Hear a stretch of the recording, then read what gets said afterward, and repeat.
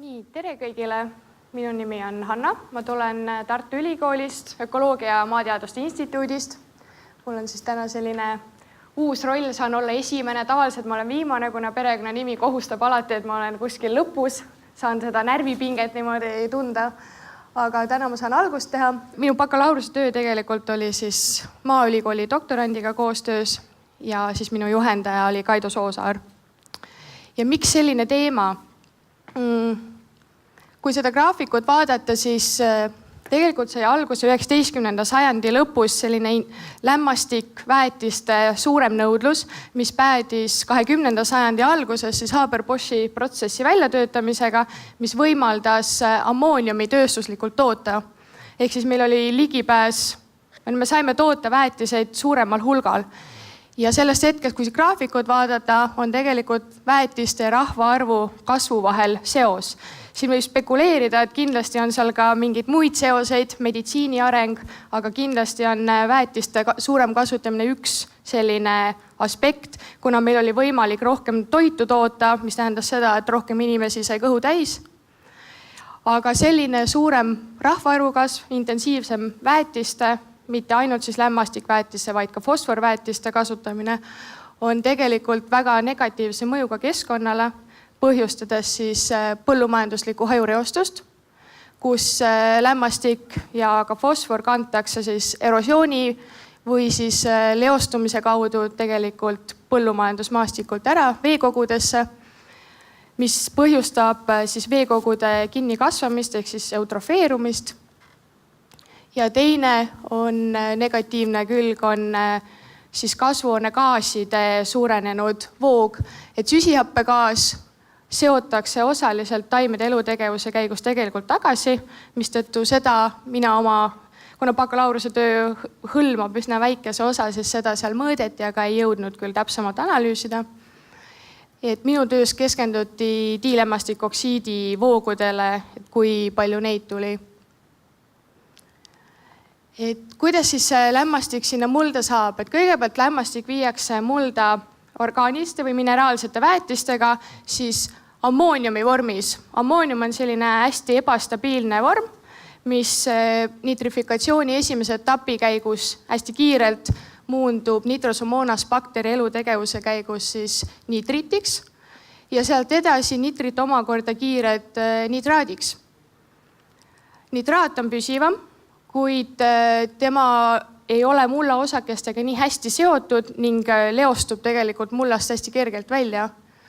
Ja denitrifikatsiooni käigus, siis kui keskkond on anaeroobne, näiteks kui on suured vihmasajud, siis vaheühendite kaudu muundub ta diilämmastikoksiidiks, ideaalsel juhul muidugi molekulaarseks lämmastikuks, aga vaheühendina tekib seal ka diilämmastikoksiid. Ja ammoonium on siis tegelikult taimede just algfaasis kõige omastatavam vorm, siis kuidas nad saavad lämmastiku kätte. Aga selleks, et seda ammooniumi kauem mullas hoida ja lämmastikku oleks võimalik tarbida ammooniumi vormis, on kasutusele võetud sellised preparaadid, nagu on lämmastikinhibiitorid. Ja nende eesmärk on siis peatada nitrifikatsiooni esimest etappi, ehk siis nad peatavad Nitrosomonas bakteri elutegevuse. Ja selleks, et see Nitrosomonas bakteri siis ammooniumi edasi nitritiks ei reageeriks. Kui ammoonium pikema perioodi vältel mullas on, siis on võimalik taimedel lämmastikku pikema perioodi vältel omastada ja eriti taimede kasvu algfaasis on neil võimalik rohkem lämmastikku omastada. Lämmastikinhibiitorite efektiivsus sõltub aga väga mitmest tegurist, eelkõige mulla omadustest, kas muld on kerge lõimisega, raskema lõimisega, siis väetamisest, väetamise režiimist, millist väetist on kasutatud. Selle lämmastikinhibiitori kasutusala, siis mida minu katses uuriti, on vedelsõnnik või biogaasi digestaat. Et lämmastikinhibiitorid on erinevaid, nende toimeained on erinevaid, näiteks DCD või nitrabüriin. Minu katses uuritud Visuura on selle preparaadi nimi, baseerub siis DMPP-l. Pikalt välja öeldes on see 3,4-dimetüülpürasoolfosfaat, mis võib-olla kõigile ei ütle mitte midagi. Ja kuidas siis see Visuura toimib, ongi, et Visuura segatakse vedelsõnnikuga. Visuura kulu on tegelikult hästi pisike. Kuskil 1 hektarile viidava vedelsõnniku hulka segatakse ainult 2-3 liitrit Visuurat. Minu katses viidi 30 tonni hektarile ja siis sinna hulka segati 3 liitrit Visuurat. Siis sellest preparaadi kogusest peaks piisama Nitrosomonas bakteri elutegevuse siis peatamiseks teatud perioodini. Ammoonium on kauem mullas ja taimed saavad seda pikema perioodi vältel omastada, et lämmastik ei leostu nii kergelt nitraadina ja ei lendu diilämmastikoksiidina. Et minu töö eesmärgid olidki siis tegelikult mõõta ja hinnata diilämmastikoksiidi voogusid, analüüsida nende voogude seoseid keskkonnaparameetritega ja analüüsida lämmastikinhibiitori mõju siis toitainete leostumisele ja diilämmastikoksiidi lendumisele. Katse viidi läbi Kehtnas, Kesk-Eestis. Hästi palju sõita oli Tartus sinna, sest et proove koguti tegelikult terve aasta vältel. Minu katses uuriti ainult perioodi 4. august kuni 20. oktoober. Ja põllumaa oli siis 20 hektari suurune, mis jagati 2 võrdseks osaks enam-vähem. Seal mingit kindlalt piiri muidugi maha ei märgitud. Siis katsepõlluks ja kontrollpõlluks. Katsepõllule viidi siis vedelsõnnik koos Visuuraga, kontrollpõllule viidi ainult vedelsõnnikud. Ja need kollased ja rohelised täpikesed on siis katseala, kuhu pandi kambrid, millest ma kohe räägin, ja sinised jooned seal natukene nagu selline pika reha moodi on siis drenaas. Drenaasi olemasolu oli hästi oluline, kuna siis oli võimalik koguda mullaveeproove drenaasist, et hinnata seda leostumist. Ja katse viidi siis läbi staatilise pimekambri meetodil, kus põllumaal terve selle katseperioodi vältel olid, korra panen ühe pildi edasi, olid sellised üleval olevad kambrid. Need rõngad jäid mulda, kambrid pandi peale ainult siis, kui mindi proove võtma. Proove koguti esimesel nädalal tihedamalt, teisel sealt edasi natukene harvemini ja samal ajal koguti ka mullaproove kompleksproovina, ehk siis sealt samalt alalt, kuhu need kambrid on paigutatud, sellise väikese mullapuuriga võeti igalt poolt erinevatest kohtadest proove ja siis segati kokku. Mullavesi siis koguti drenaasist, ühel juhul kuivenduskraavi, teisel juhul Rõuajõkke. Ja sademed tulid Kuusiku meteoroloogia jaamast, sademete info.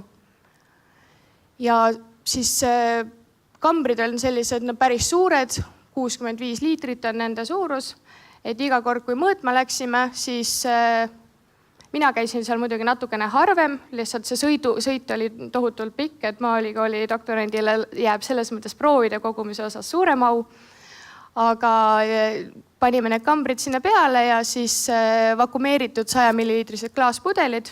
Nendesse võtsime õhuproovi ja seda siis tunni vältel, et esimene nullproov 20 minuti tagant, 40 ja 60 minuti tagant. Ja siis kui nüüd tulemustest rääkida, siis tõenäoliselt tulemusi mõjutas kõige rohkem väga intensiivne sademete periood seal augusti alguses kohe peale vedelsõnniku laotamist põllule, kus nädala aja jooksul ei olnud ühtegi päeva, kus ei oleks vihma sadanud. Et tõenäoliselt mõjutas see selles osas neid tulemusi, et muutis keskkonna anaeroobseks ja seal võis toimuda denitrifikatsioon, kuna mullas on ka nitraate oli juba eelnevalt. Et see on see periood, mis võis mõjutada. Aga rääkides edasi tulemustest, siis kui vaadata seda algust, siis nitraadi puhul mullas kontsentratsioonide erinevusi kontroll- ja katsealal tegelikult väga ei ole. Aga kui jälgida sealt edasi, siis on trend, et tegelikult Visuura võis mõju avaldada ja kontrollpõllul on nitraadi kontsentratsioon kõrgem kui katsepõllul, mis ongi siis Visuura eesmärk tegelikult. Ammooniumi puhul on need tulemused väga kõikuvad, et sealt kahjuks ei tulnud nii selget trendi välja. Ja nitraadi leostumise puhul on täpselt samamoodi, et alguses on olukord tegelikult vastupidi, kus kontrollalal on nitraati vähem, aga peale keskkonna stabiliseerumist on siis kontrollalal nitraadi leostumine tegelikult palju suurem kui Visuuraga alal. Ammooniumi puhul on taas selline kõikumine, et ühtset trendi sealt välja ei tulnud. Ja kui me vaatame nüüd diilämmastikoksiidivoogusid, siis siin on olukord väga vastupidine sellele, mida me tegelikult lootsime, et Visuura eesmärk oleks pidanud olema ka N2O voogude siis vähendamine, aga tuleb välja, et Visuura kalal oli neid hoopis rohkem. Samas huvitav on muidugi see üks periood seal, kus kontrollperioodil on N2O vood kõrgemad, et see läheb sinna vihmaperioodi, et võib-olla siis ta ikkagi mingisugust mõju avaldas. Aga keskkonnaparameetritega saime ka väga hea sellise kokkulangevuse, et kõrgem maapinna temperatuur, rohkem N2O voogusid. Et see oli selline ainus ala, me uurisime seal veel sademetega, aga sealt või mullaniiskusega, aga sealt ei tulnud kindlat seost.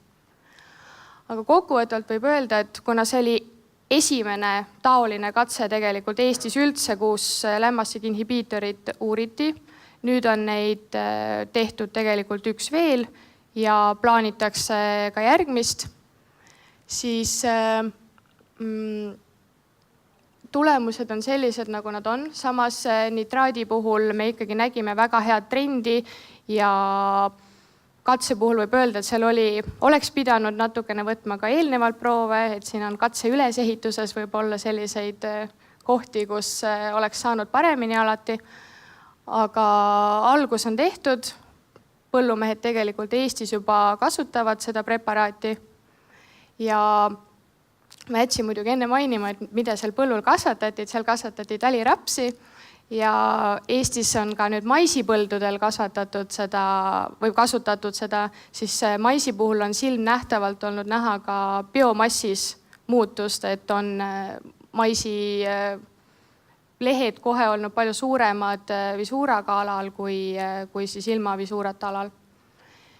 Ja vajab veel selles mõttes uuringuid, et ma arvan, et minu poolt ongi kõik. Aitäh!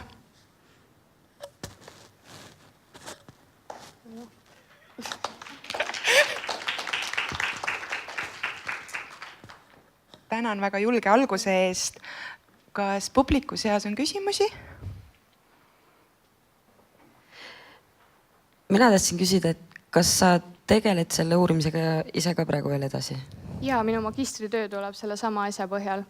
Et seal me võtsime ka talirapsi biomassi proovid tegelikult, aga need on hetkel analüüsimisel veel, kuna see juurte puhastamine ja biomassi analüüs on üsna aeganõudev töö, et siis minu magistritöö tuleb tõenäoliselt selle põhjal, et kas ta avaldas ka mingisugust mõju siis talirapsi biomassile või juurestikule. Tänan hea ettekande eest, aga mul on nagu sellised küsimused, et võib-olla jäi mul kahe silma vahele või kahe kõrva vahele, et ma ei pannud tähele. Aga mis asi on Visuura? Ja et sellest oli ka juttu teie kõnes? Visuura ongi siis lämmastikinhibiitori preparaat, mis baseerub, mille toimeaine on DMPP ja seal on pooled koostisosad on nii-öelda infolehel toodud, pool osa on salastatud, seda ma ei tea, mis seal pool sees on. Et ta ongi vedelpreparaat, mida lisatakse vedelsõnnikule või tegelikult ka biogaasi digestaadile, mille siis see toimeaine mõjutab Nitrosomonas bakteri elutegevust, peatab selle teatud ajani. Mult on hästi palju küsitud, et kas ta mõjub negatiivselt ka keskkonnale. Siis kõik need artiklid ja uuringud, mis mina olen läbi lugenud ja ma olen hästi palju koostööd teinud ka siis tolle ettevõttega, kes on selle Visura nii-öelda välja töötanud ja nende käest küsinud, nemad väidavad ka, et on täiesti ohutu mikroobidele seal mullas ja ei avalda mingisugust negatiivset mõju.